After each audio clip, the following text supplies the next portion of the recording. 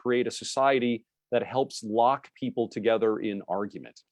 Our guest tonight, and I'm very grateful to him, is Charlie Camosi. Charlie is an associate professor of theology at Fordham University. He's a graduate of Notre Dame University, where he also received an MA and a PhD.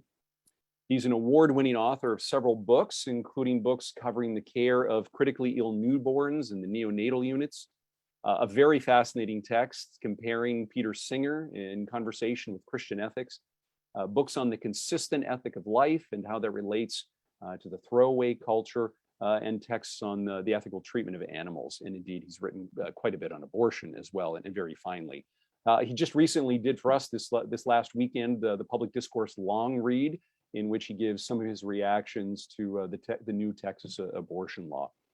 Among other places, his academic writing has appeared in the American Journal of Bioethics, the Journal of Medicine and Philosophy, and popular writing has occurred in a variety of newspapers, including the USA Today and the Washington Post and Commonwealth.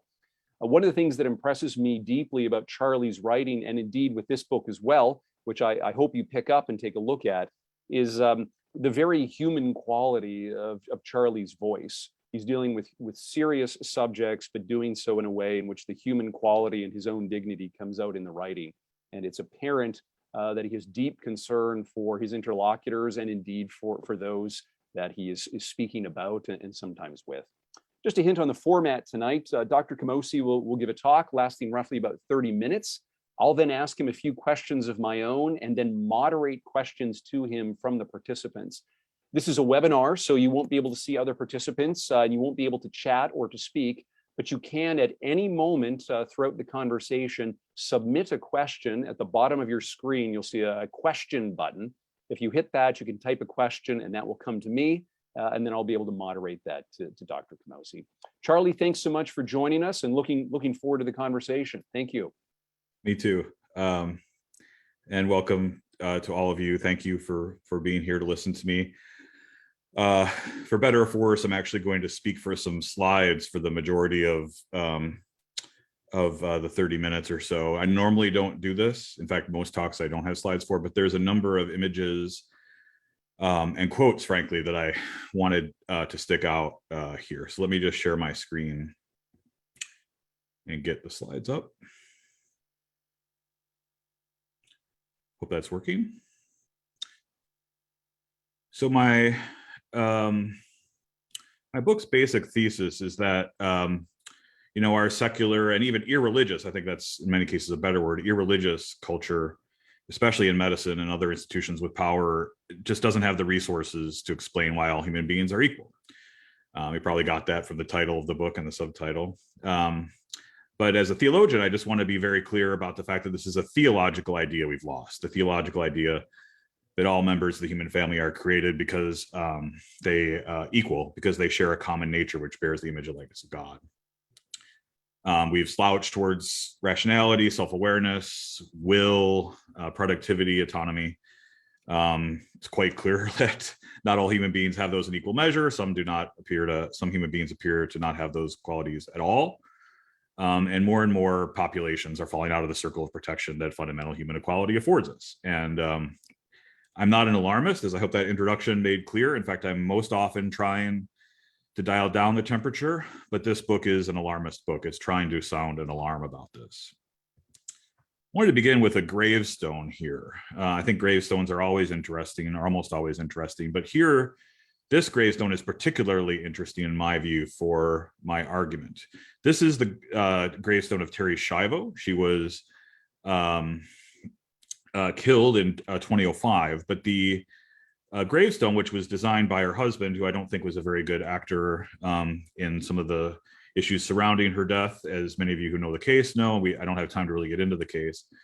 But her husband put this very provocative set of statements on her gravestone. It said that she departed this earth on February 25th, 1990, and was at peace March 31st, 2005, which is when she had her food and water withdrawn, and she was starved and dehydrated to death. Now, what does it mean to say that someone in her state had departed this earth?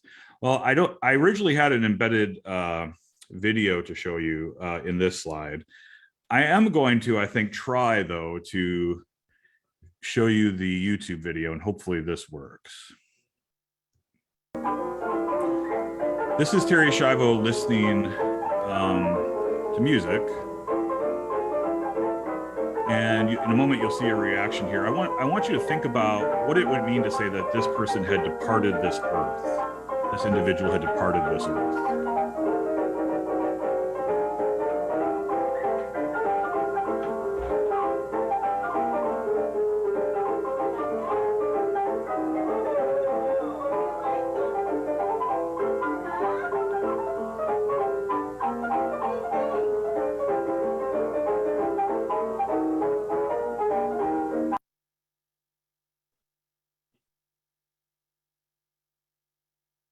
To say that Terri had departed this earth, it seems to me, misses something deeply, deeply obvious about that clip. This is clearly a living human being, a fellow member of the human family. The only way you could really arrive, and maybe it's not even, well, let me just be as charitable as I can. The only way you could really arrive at that point of view is if you have just a radical kind of dualistic, maybe even Manichaean dualistic understanding in which we are not our bodies. Somehow we're the ghost of the machine, we're the soul that kind of departs, as an animating ghost out of the body. But my view that we could even get to such a frankly ridiculous point of view is that the groundwork had been laid earlier, specifically in the context of contemporary medicine. And to introduce that grounding foundation for this big mistake, I want to introduce to you Robert Ebert, who was the dean of Harvard Medical School from 1965 to 1977. As soon as he became dean, though, he had a problem, and that problem's name was Henry Beecher. Many of you probably know who he is, very famous anesthesiologist at the time, chair of HMS's IRB. Beecher was pushing Ebert to change the definition of death. He said, quote, "Every major hospital has patients stacked up waiting for suitable donors." Of course, the reason for him wanting to change the definition of death was we had just invented the ventilator, and not too long before that, we had invented transplant of life-sustaining vital organs. And we didn't have enough of those organs. And so he wanted to change the death in order to address the problem of the definition of death, to address the problem of hospitals having patients stacked up waiting for suitable donors. He succeeded in petitioning his dean to do this and would chair what became a very famous, at least in my world, ad hoc committee on definition of brain death. And he succeeded in getting the outcome he wanted, but only after a first report, which was rejected by Ebert. And Ebert said, "This report suggests you wish to define death in order to make viable organs more readily available to persons requiring transplant," which is precisely what it was about. But despite its origins as a way of, frankly, just maximizing resources, that's a theme throughout my book, that a lot of folks are kicked out of the circle of protection because of issues surrounding scarce allocation or just allocation of scarce resources, in this case, unjust. It has become the law in all 50 states, except with religious freedom exemptions in New York and New Jersey. And when in the story I want to go to next, which is actually the story I tell in the book, I do tell this story as well, or this part of the story as well, the Harvard brain death story, which is very key, is Jahi McMath. So Jahi McMath, some of you will remember, was a young African-American girl who actually I think was getting some kind of dental surgery that went wrong. And to make a long story short, had a very catastrophic brain injury. And her medical team said to her family that she was brain dead. But we already know, if you pay attention to this stuff, is, so-called brain dead individuals can fight off infections, respond and heal bodily trauma, even reach puberty. Jahi got her first period actually while she already had a death certificate from the state of California. And they can even successfully gestate prenatal children to birth. But I want you to think for a moment about how Jahi McMath's medical team handled this situation. This is David Durand, the chief of peds at UC San Francisco. This is according to Jahi's mother, stepfather, grandmother, brother, and their lawyer. The lawyer took notes during their meeting. What is it that you don't understand? She's dead, dead, dead. That was the reaction of the chief of peds at UC San Francisco. And he pounded his fist on the table when he said, she's dead, dead, dead. And RJ mentioned that I've done a lot of work on Peter Singer. We agree, Peter Singer and I, on a lot of things, frankly. We just reason about them in quite different directions most of the time. But one of the things we agree on is that this shift, the shift that could push Dr. Durand to pound his fist on the table in the presence of an African-American family who wanted to take care of their daughter, came about as a result of the Harvard Brain Death Commission's decision to say that obviously living members of the species Homo sapiens can count as dead. Peter Singer considers this rightly to be a Copernican revolution in bioethics and ethics more broadly. And the idea that human beings, of course, bearing a common nature that reflects the image and likeness of God has been abandoned in favor of a very different ethic. But Singer thinks of this as a very good thing. I, of course, think of it as a very bad thing, but we agree that the shift was with so-called brain death. I want to mention, too, that there was a funny thing that happened on the way to the 50-state consensus about this, however. It turns out that upon closer inspection, despite everything that was said about her, including, again, fist pounding on the desk saying she's dead, dead, dead, that at least according to this article in the Journal of Neurological Sciences, she was not dead at all, but had a new state of disorder of consciousness that this paper calls responsive unawake syndrome. The paper still wants to hold on to brain death, and I think that's interesting.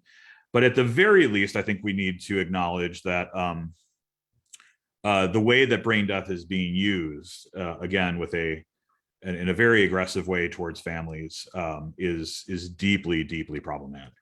And what's interesting, getting back to that point about religious freedom, New Jersey, the state of New Jersey, took Jahi and her family and was able to take her only because a religious freedom exemption had been carved out in New Jersey, mostly advocated on behalf by Orthodox Jews here in New Jersey, where I live, and in New York, where I work, which is very interesting. I've met and talked with several Orthodox Jews after this book has come out, and said we need to be a little bit more skeptical. We Christians need to be a little more skeptical of this, the way you guys have. So they've actually led the way on this, and I think we need to do more.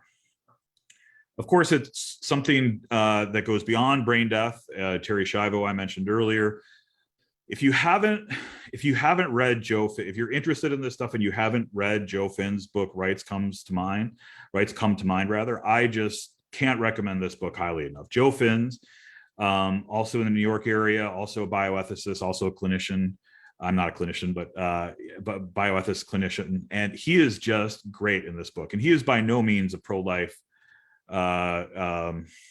conservative. He's not a pro-lifer of any kind. He is largely secular, as far as I can tell, and is very skeptical of the pro-life movement. But what he found and argued for, and what I think is just a magisterial 2015 text, is just astonishing. He found that what actually is the case about folks in PVS, or so-called PVS, no human being is a vegetable, of course, is that with the right therapies, they can actually be coaxed back to consciousness.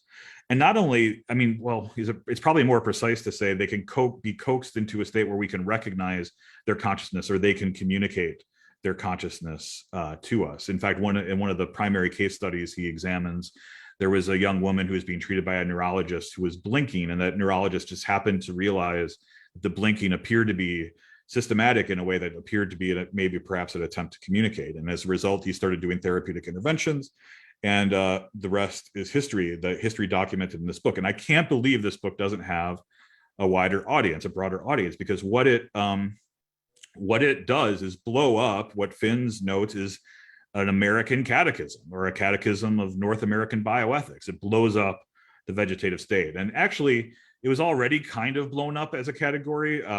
Vegetative state is just such an imprecise term, obviously, that so many different kinds of patients were put into this category, lumped into this category. There's actually a study done well before Finns wrote this book, which showed that doing fMRI monitoring of brains with people who had been diagnosed with this showed that if you asked them yes or no questions and told them that yes was playing tennis and no was reading in their room, that they could answer yes or no questions correctly that only they would know the answer to by thinking about playing tennis or thinking about reading in their room. And we were able to read that via the fMRI machine. It's so dramatic and moving, frankly, to hear someone like Joe Finn say the battle to think of those in a so-called vegetative state, their fundamental equality as one for basic civil rights. He thinks of it as really being about civil rights in a very serious way. Why hasn't this been heeded? Why haven't we heard more about this? He says we're just kind of trapped in prognostic pessimism and therapeutic nihilism. Healthcare resources is an issue again. A lot of folks think, well, why should we put so many resources into this population? Then he's honest about something else, which is a very key part of my argument. He thinks that the perceived fixity of so-called PVS could undermine the hard-won right to die, including the iconic case of Terri Schiavo. In fact, he says, asked provocatively, without the futility of a permanent vegetative state of permanent unconsciousness, are we obliged to promote a, quote, culture of life? This is Joe Finns.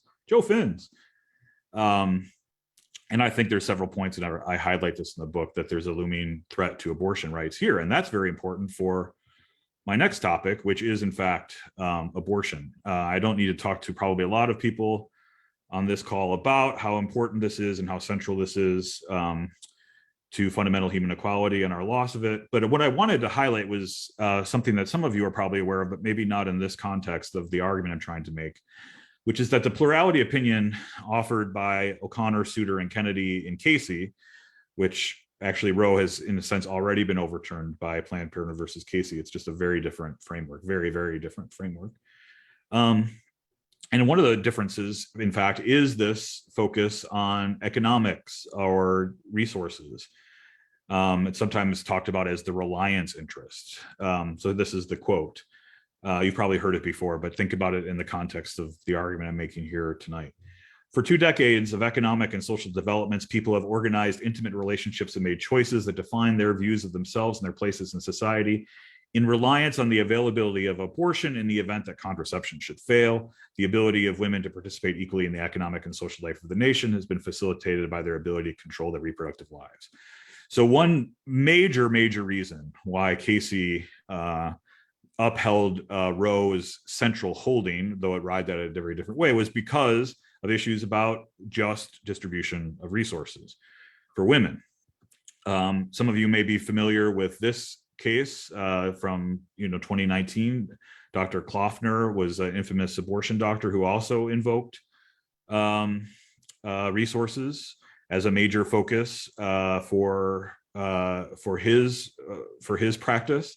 In fact, this poor woman who was interviewed by CBS Chicago around the time that the babies were being found in his garage and in his the trunk of his car, she was basically coerced by Dr. Kloffner to have an abortion of both twins she was carrying inside her at the time. When she became aware of this story, she said, "Oh my God, I did this awful thing, and my children are possibly held in a box somewhere in a house. I cried." And then she narrates what happened when she was there. She didn't want to have the abortion, but she couldn't bring her kids into the situation. She said, "I can't bring my kids into poverty. I can't bring my kids to a father who won't love them or want them." But she still was on the fence. And his response was to say, "If you don't do this, it will cost you yearly $240,000. If you would rather deal with that, or would you rather go home and take back to your regular life?" There was no emotion. There was no empathy. So I think there's a confluence here that I've tried to lay out as several interrelated factors that has put us on our current trajectory. Let me just quickly review them. First is the secularization of medicine and the rise and dominance of irreligious bioethics, which is related to a new Copernican revolution against fundamental human equality. You combine that with pressure on medical and other resources, and then the interlocking and mutually reinforcing independent views about moral status on issues and related to brain death, PVS, abortion, and more, and our political and other kinds of reliances on a vision that allows for a certain view of those issues. But if this is the trajectory we're on because of these interrelated factors, I want to finish by talking about what's next. In my book, what really motivated my writing this book was to kind of tell the story in some ways familiar to probably many people on this call, but maybe less familiar to my students and other students in the broader culture. But I wanted to sound the alarm in particular on where I think we're going next. And if you followed any of my work over the pandemic, you probably know that I've been extremely concerned about elder justice, and specifically about elder justice in relation to dementia care. Bringing back Peter Singer into this scenario, into the argument, I want to briefly tell the story of Cora Singer, his mother. Peter had said for many years that we ought not to use healthcare resources either as in a system or at the level of the family or the individual on individuals who are not persons, right? So again, as one of the people leading the vanguard in challenging fundamental human equality, he's made this distinction for a long time between human being and person. Human non-persons do not deserve the same kind of resources as human persons do, especially again because of lack of resources. Now, his mother eventually developed later stage Alzheimer's to the point where she did not count as a person under his definition. She was no longer rational and self-aware in the required way. And he was taken to task for this because he did spend his resources on her. But interestingly, he did not say, well, this is a problem for my theory. I totally have shifted my view. I now agree with Charlie about this. I go the other way. No, he said, my view is just sometimes really hard to follow, but because it's my mom in this case, he said. But that doesn't mean my view is wrong, of course. I mean, and he's right. If especially Christians should be pretty hesitant about the idea that if we don't live out our ethic perfectly, that says something about whether our ethic is true.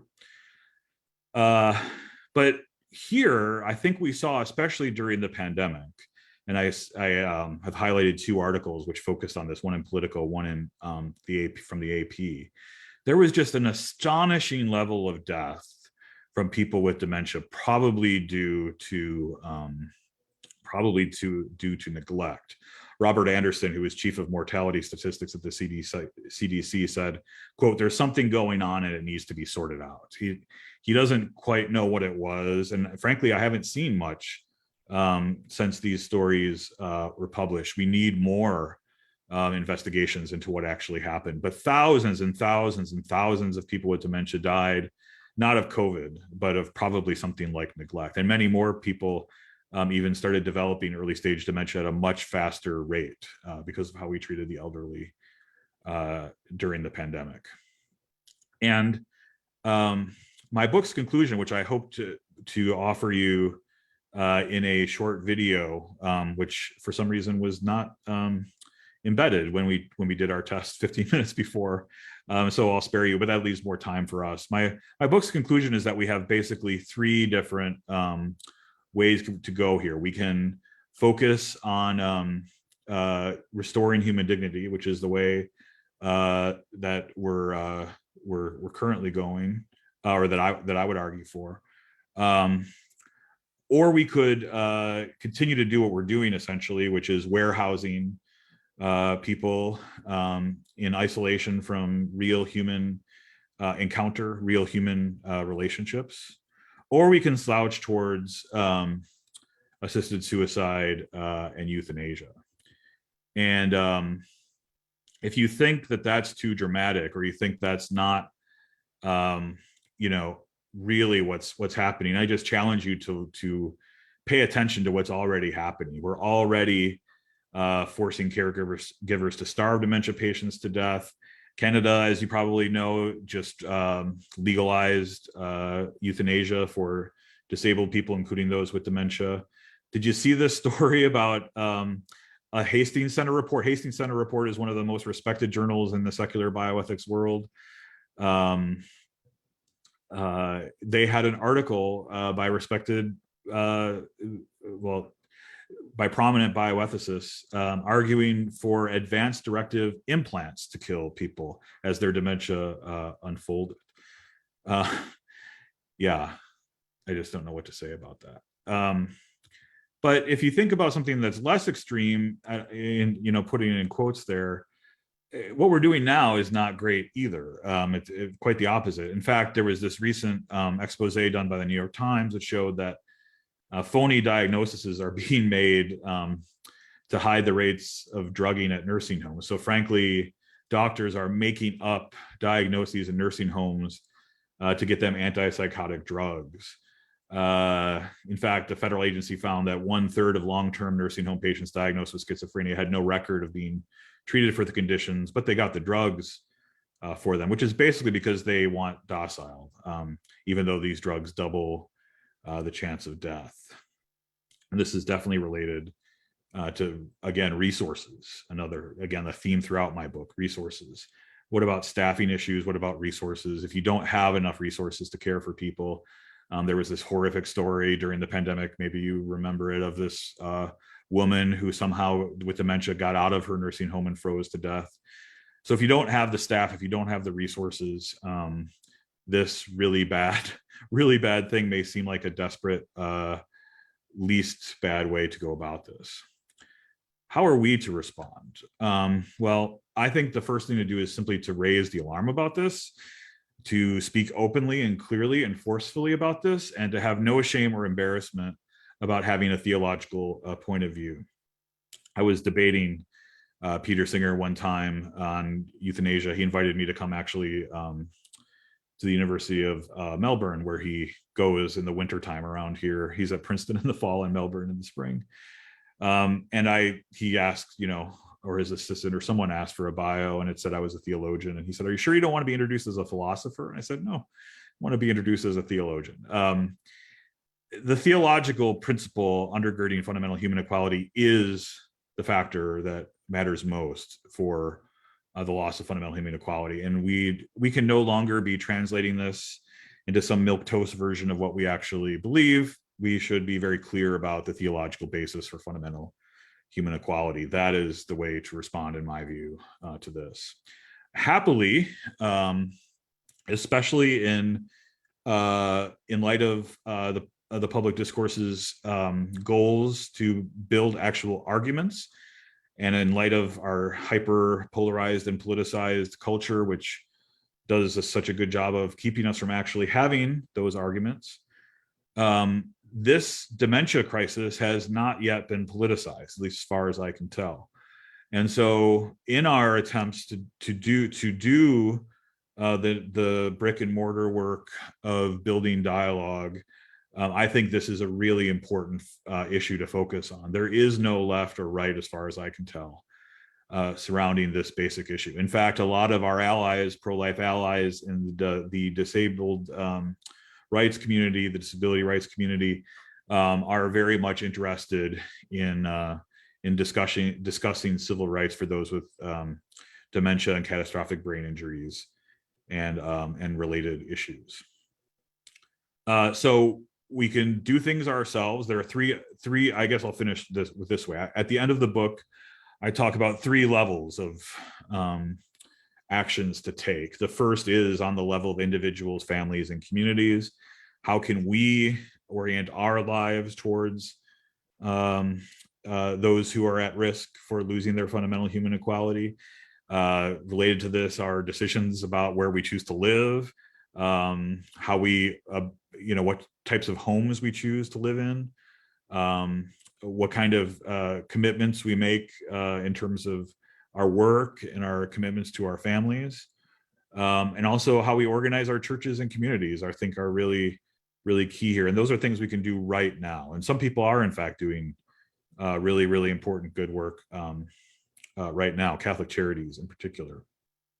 In fact, when I wrote an op-ed in the New York Times in June of, I think it was June of 2020 about this, I got a email from someone high up at Catholic Charities saying, why don't you talk about the people that are doing this right and that care about this stuff? I'm like, point taken.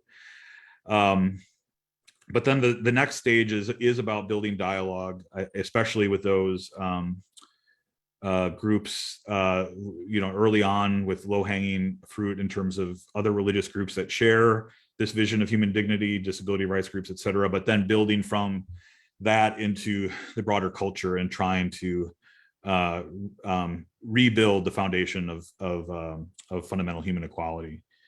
But then I finish on a more sour note, I guess, with what if we fail? If the dialogue fails, then how should we react? The number of people with late stage dementia will double over the next 20 years, and we're already in a place where we can't care for those who already have it. We're giving them antipsychotic drugs just to keep them docile. What will we do when that population doubles over the next 20 years?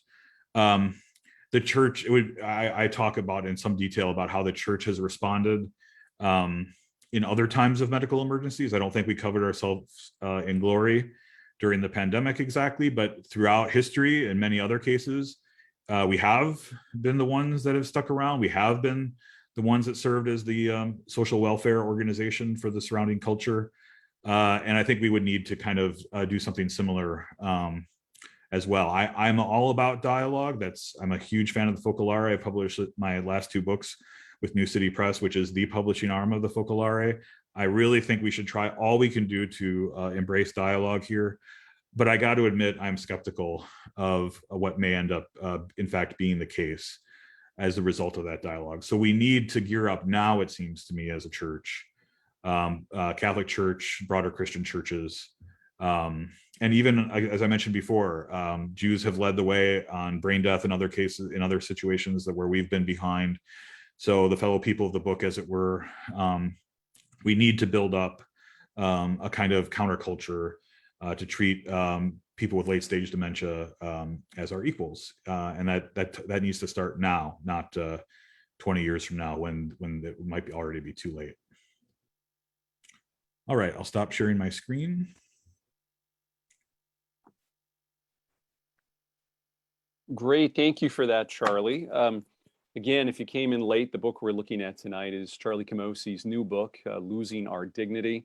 It's very helpful, really informative, and quite readable, which is not always the case in bioethics books, in my own experience. I would encourage you to pick up a copy.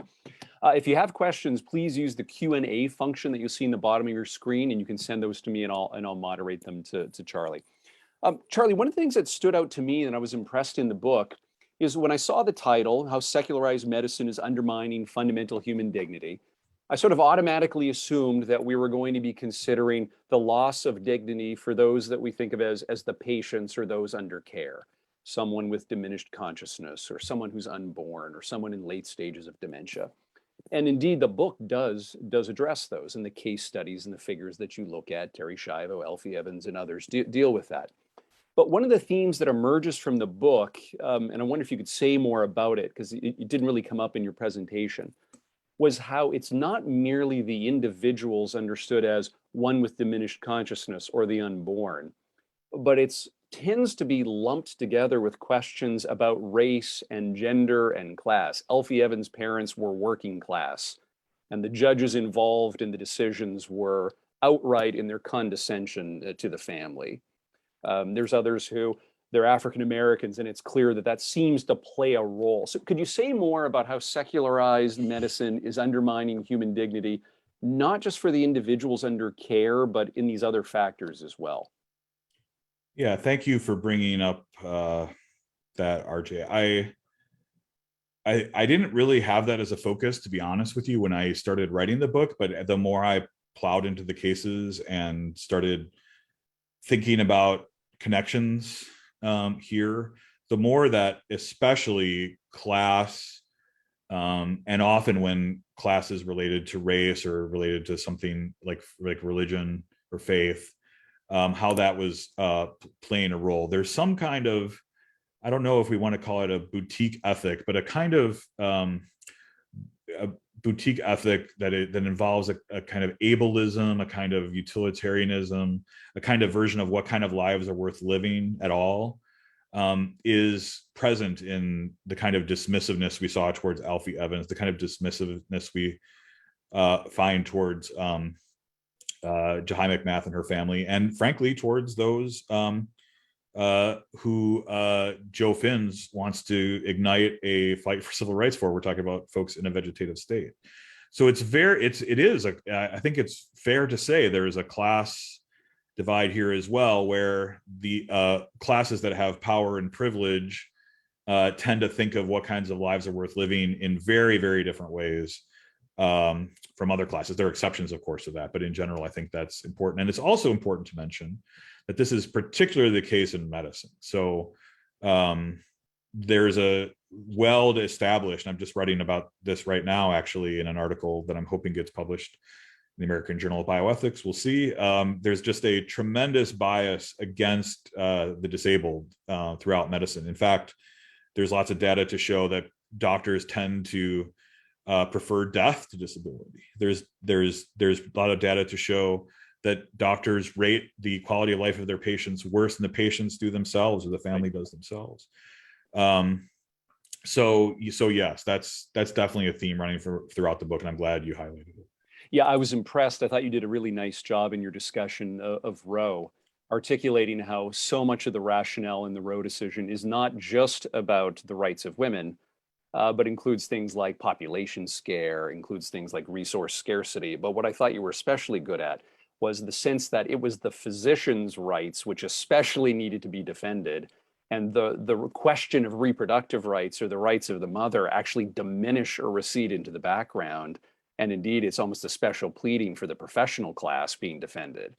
Is that a fair summary? Totally. Blackman was at the Mayo Clinic in Minnesota the summer before Roe came down, and he was extremely interested and he came from a family that was very connected to medicine. He was extremely interested in what the Texas law and other abortion laws meant for physicians in terms of their own autonomy, their own ability to do things. And even, people like Ruth Bader Ginsburg have been outspoken in their criticism of Roe for really being not as much about women as about protecting physicians. And so it's kind of one of the dirty little secrets of Roe that, and actually one of the changes that, again, that Casey has really, that Casey really enacted was a shift away from that, but in a problematic direction, obviously, too.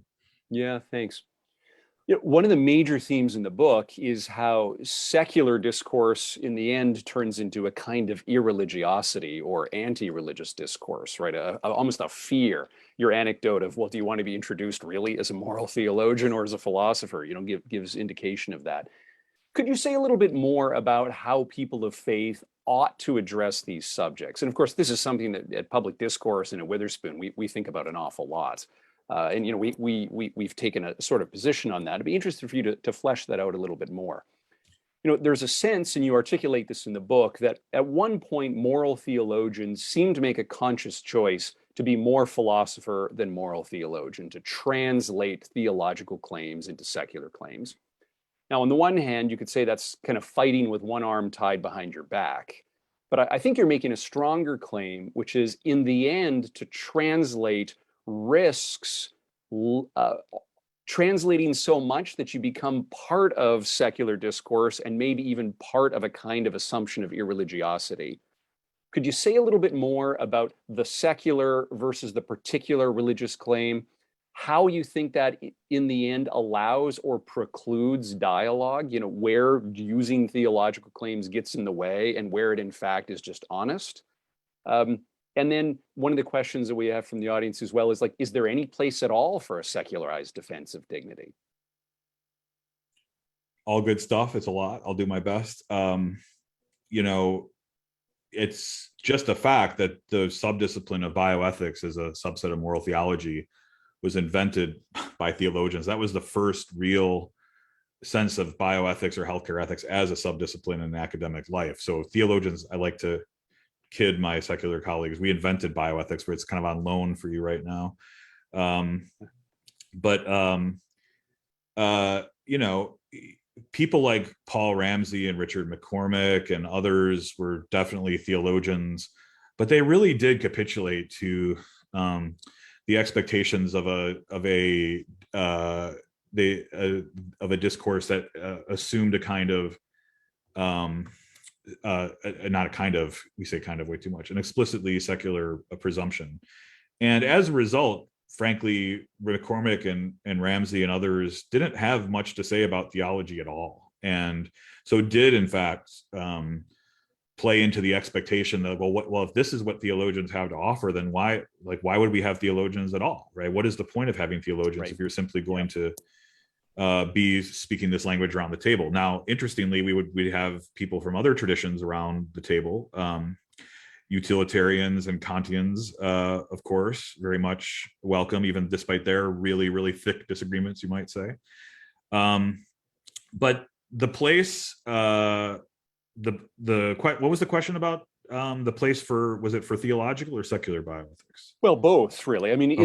is there a place for secular discourse? Is there a place for translation, or is that a failed project? No more translation, stick with the particular theological claims.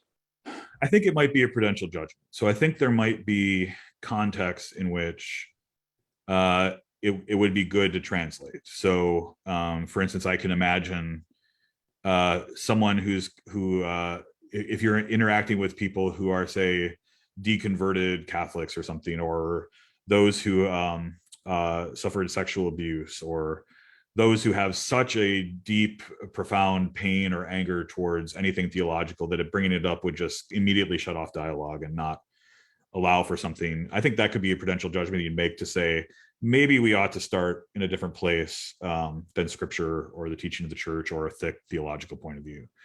That said, I wouldn't want that to be the kind of default setting, as it were. The default setting should be, listen, these other folks get to speak from their first principles, their vision of the good around this table. It's a kind of discrimination, if not bigotry, to say certain points of view are simply not welcome. And in the book, I go into some detail about how that's in fact been explicitly named in the bioethics literature now. There's the reason why I'm not so sure, one of the reasons I'm not so sure my article will be published by AJOB is that the American Journal of Bioethics led the way in publishing a target article arguing for irreligion as one of the fundamental principles of bioethics, saying we got to show an active hostility to anyone bringing religion into this sphere. So I think we really need to say, to claim our seat at the table and to not be so willing to translate and say, well, a philosopher could do just as good a job as a theologian, or someone translating this into some milquetoast, weak sauce version of what we actually believe. No, if a Kantian can do this, if a utilitarian can do this, if a care feminist can do this, if a radical trans activist can do this and offer their thick visions of the good, then certainly if we're committed to pluralism, we should demand that same seat at the table. So don't run scared, but when charity requires it, do some translating. Is that about right? That's right. That's right. Two-part question for you here. Can there be any good arguments for human dignity that in the end are not based on religion? And then what precisely is human dignity? So big questions. We'll go to a very particular one after this. I skipped the first one, I guess, but I didn't get let off the hook, and I appreciate that. So I was a philosophy major. I did my senior thesis on analytic philosophy of religion. I did a year of graduate work in that. So my instinct for many years was to say there is a secular basis for this. And I was drawn to various natural law traditions to try to explain it.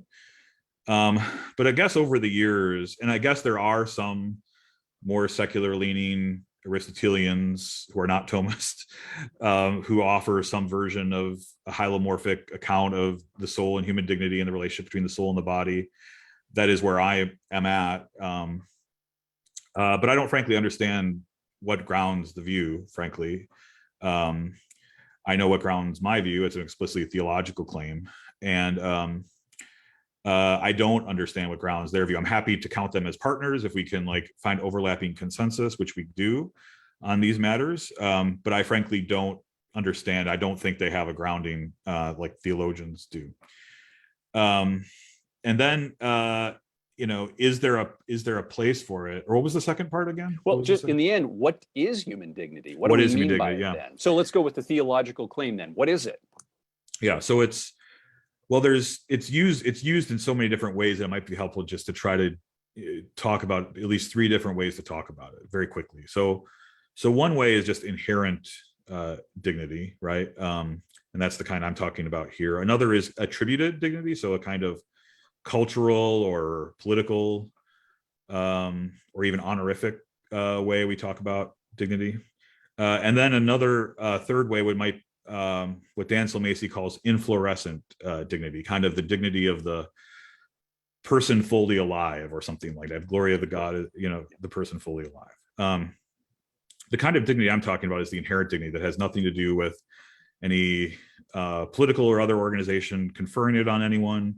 It's often not about the flourishing of any person. In fact, a lot of the cases I brought up obviously are cases where someone is not flourishing. It's someone with who has a human nature that's been created in the image and likeness of God, and if we are fellow image bearers and bear that nature, then we're equal on the basis of that shared nature, not on the basis of any flourishing on our part or how much we're lacking flourishing, not on the basis of any government or any community or any organization, but just based on the fundamental human nature that we share. Yeah, I'd love to pursue that because Steven Pinker says it's a stupid concept that doesn't mean anything anymore. I agree with him in certain cases. I think people who use it to justify death with dignity, for instance, are using it in a stupid way. So, a very particular question for you. Can you explain the difference between the concepts of permanent vegetative state and whole brain death? They seem to be quite distinct medically and ethically. Yeah, so that gets us into deep waters too. So, well, it's difficult in some ways because a vegetative state is such a poorly crafted category at all. Lots and lots of folks with catastrophic brain injuries get thrown into that category. So it's really poorly defined, so it's difficult to compare to brain death or whole brain death. Whole brain death is also difficult to talk about because it's very difficult and time consuming and often is only done after death, where you can find out just how much of the brain has actually died. But one of the things that I think is really important to point out is that if it is a common human nature that reflects the image and likeness of God, then that common human nature exists well before the foundation or before the growth of the brain. So that human beings have that before even the development of the primordia of the brain and spinal cord, the primitive streak, which comes in about 6 or 7 days, I think, after fertilization. So there's really nothing about the brain per se that is necessary for talking about someone having a common human nature, being the same kind of creature that you and I are. And so even if we could say that there's whole brain death, it's just very strange to me that we would say, well, therefore that person, you would be inclined to say that person has died. I mean, in part, I think this is a result of us living in a post-enlightenment age where we kind of are still obsessed with things of the head, rationality, self-awareness, that sort of thing. I mean, I always like thinking things, right? Yeah, the Cartesian formula. But I like to point out, I don't know, I mean, it's just maybe a fun story, but maybe you're aware, the ancient Egyptians, when they were mummifying people, actually threw out the brain because they thought all it did was cool the blood. So I like to ask my students, we kind of imagine ourselves here in our head, at least I do, just, I don't know exactly why, but I kind of imagine like I am here. But if you were a part of a culture that threw out the brain after death because all you thought it did was cool the blood, like how did they imagine themselves as embodied creatures? I just think it's a fascinating thing to think about. So I take it you wouldn't accept part of the assumption of that question, which is that ethically there's a significant difference between permanent vegetative state and brain death, because death would not be defined by brain death. That's right. We have living human beings before the brain is formed, and we have living human beings after the brain has died. And we have living human beings, again, who gestate children who have their first periods after the brain has died. A different question on a different subject, but an interesting and maybe a challenging one, which is how do you deal with trade-offs in terms of resources and time? So some might argue that we already overtreat the elderly. It's very expensive. It takes a lot of resources. How do you deal with the economic consequences? I'm reading the question here of depriving the poor, current poor, and depriving future generations of economic resources which are used now to offer almost unlimited technology to individuals dying or already dead on some standards. Well, in some ways, this is Peter Singer's concern, right? His concern before his mom was in that situation was that precisely that, right? That we should not be treating people with late stage dementia with resources that we could give to those who count more or could use the money better, or some account that's more that's alike the questioner's assumptions there. And so I think it's a really difficult question, frankly, to think about. Joe Finns is right. One of the major reasons people don't want to face what he's tried to help us all face is that it's really expensive to try to bring somebody who's in a vegetative state back, as it were, to help them therapeutically that way. But what I don't want us to do is, and what Joe Finns doesn't want us to do, is simply to say, well, they're not persons, or they don't count the same as us, right? And therefore we're not going to, that's what Peter Singer's argument was. We ought to spend our money on persons, not non-persons. We ought to spend our money on those whose lives matter, not people on those whose lives don't matter. And so while I think you can, and my first book and dissertation was on distribution of healthcare resources based on Catholic social teaching, I think we can and should make difficult decisions where certain people get resources and others do not, in the name of justice. Difficult, hard decisions. We must not make that on the basis of describing human beings as non-persons. Two very concrete questions, I think looking for prudential advice. What advice would you give to families of dementia patients about choices of life care? And then what advice would you give to medical staff and healthcare workers dealing with patients with dementia when they are short-staffed and run ragged? Yeah, well, in some ways, this takes us to policy, I think, even though I will get to the personal question there. Two things that are on the table right now, as a matter of fact, are funding for care at home via Medicaid and other resources, right? And I know this puts me in interesting places when I'm on a public discourse webinar, but I really think we need, or maybe I just suspect that, I don't know. We don't have editorial positions, Charlie, you know that. Okay. Well, good. I think we need more funding to make it easier for people to take care of their beloved elderly at home. And it's actually, if you want to get into an economic analysis of it, it's actually way cheaper to provide that care than it is to provide even really substandard care, where we're talking about over medicating patients in a nursing home. So I think that's super important. I think that's one of the highest priorities what I have here is how can we make it easier for people to take care of their loved ones at home. And then for situations where we need to take care of folks in institutions, and there are many cases where we just will have to do that, we need better funding for those institutions as well. And we need to pay workers more than they pay people at Walmart and Amazon, frankly, to take care of our beloved elderly. There's incredible turnover in these places. Frankly, the quality of employee that you get when you only pay them $9, $10 an hour, you're just not going to get a lot of people who are willing to deal with the backbreaking, really difficult work to do that. And frankly, I think I didn't mention this in the talk, but I talk about in the book. I think if we're not careful, we're going to end up with robots in these nursing homes if we don't also care about human dignity when it comes to the workers. What does this mean for individuals now if we don't have those policies in place? I think it's extremely difficult. I will say, and I mentioned a little bit about this towards the end of my remarks, I will say that we really need to, kind of band together as families, and we need to maybe not just follow our jobs all over the country and all over the world and leave our parents to kind of fend for themselves.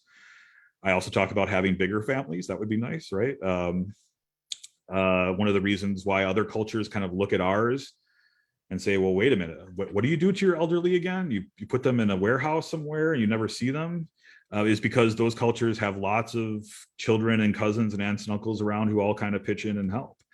So continue to have bigger families and more people helping our beloved elderly at home, I think is a really important thing.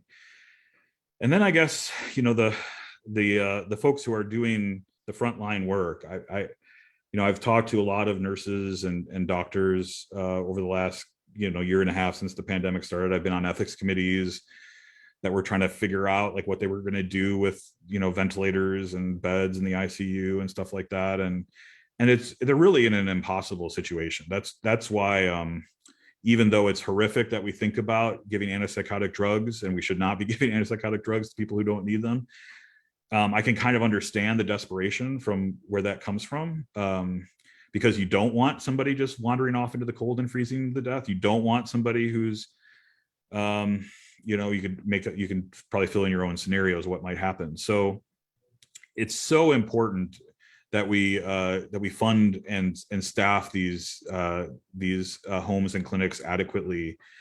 And until then, I just think we're just going to have a kind of desperate situation. I was interested to see, in addition to the comments you just made, which were present through the book as well, I was interested to see you predict, in a sense, the rise of new religious orders to deal with these particular cases. I think that's an interesting thought experiment to see how that might work out. Yeah, I mean, just as we've had the Sisters of Life kind of come to meet the abortion tragedy and slaughter, and just as we've had in the past pandemics, whole new religious orders formed and whole religious orders kind of shift to address it. I really hope the church has a all hands on deck response, and part of that response being the religious orders. I'm sorry that to the audience, we won't be able to get through everybody's question that has sent something in. We'll try to end as near to 8 as we can. But one final question here.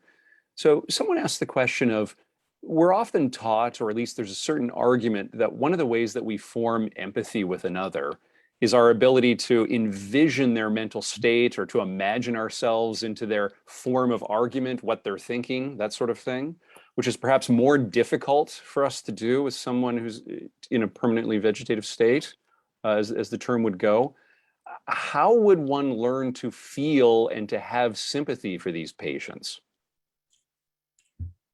Yeah, it's a problem. It's a problem too that these patients largely don't have the ability to advocate on their own behalf. So that's another thing that builds empathy too, right? Is an encounter with someone who's saying, here I am, pay attention to me, don't treat me, don't throw me away. I don't know, but for those of us who are pro-life, I think, we have a ready-made answer to that, which is, you don't need to know what's going on with a 12-week-old prenatal child, for instance, in their head, if there is anything, what it's like to be a 12-week-old prenatal child, to advocate on behalf of their fundamental human equality and their fundamental legal equality and social equality.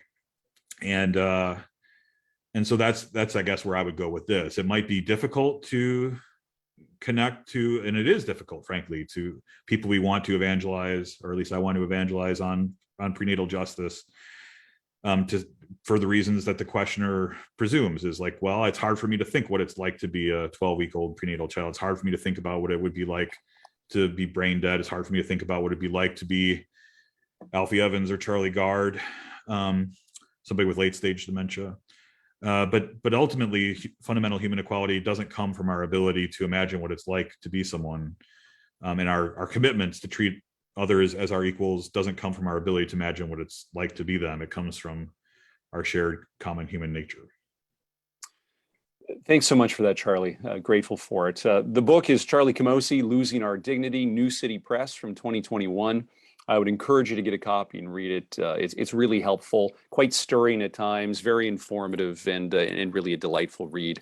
Charlie, thanks so much for all of your arguments and witness that you give on these and other issues. Thank you to that. Thank you to all of you for joining us this evening. I'm sorry we weren't able to get to everyone's questions. We'll have events like this in the future. If you're interested in seeing some of our past webinars, we've had events with Sohrab Ahmari, Erica Bakioki, Andrew Walker, and others. You can see that on our YouTube page. If you don't subscribe to the Public Discourse, you can see us daily at thepublicdiscourse.com. You can subscribe to daily or weekly emails. And of course, if you're so moved, we always accept support. There is that little button in the top left corner if you'd like to support our work. Thank you so much, Charlie. Appreciate your work, and thanks for joining us. And thanks to all of you. Have a wonderful evening. Good night.